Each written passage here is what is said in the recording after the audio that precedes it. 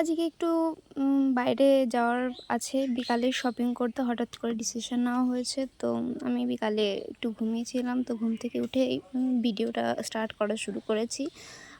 দাদা আসবে, আমি যাবো আর ও যাবে। তো এইটা হচ্ছে আমাদের এই পাশে একটা বাজার, বেশি দূরে না, কাছেই। আমরা ৩ জনে গেছিলাম বাইকে। গরম যা পড়েছে, তো বাইরে বেরোনো তেমন একটা কিছু হয় না। অনেক দিন পরে আজকে বাইরে বেরোচ্ছি। রাস্তায় অনেক লোকজন দেখছি, কারণ জামাই ষষ্ঠীর বাজার বলে কথা। এখানে ব্লু হেভেনে এসেছিলাম, তো ব্লু হেভেনেও খুবই আর কি ভিড় ছিল।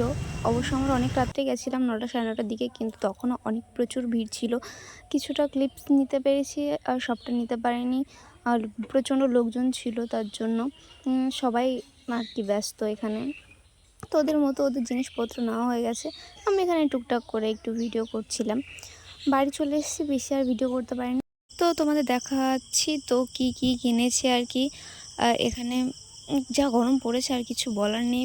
তো ব্যাকগ্রাউন্ডটা একটু স্কিপ করে যাবে, একটু অগোছালো টাইপের আছে ঘরটা।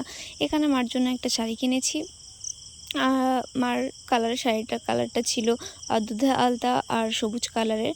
এটা আমি পছন্দ করেছি। আমার জন্য একটা জুতো কিনেছি। আর আমার জন্য বেশি কিছু আর কিনিনি।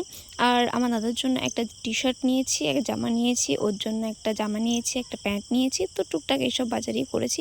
তো দেখা হচ্ছে নেক্সট ভিডিওতে। টাটা।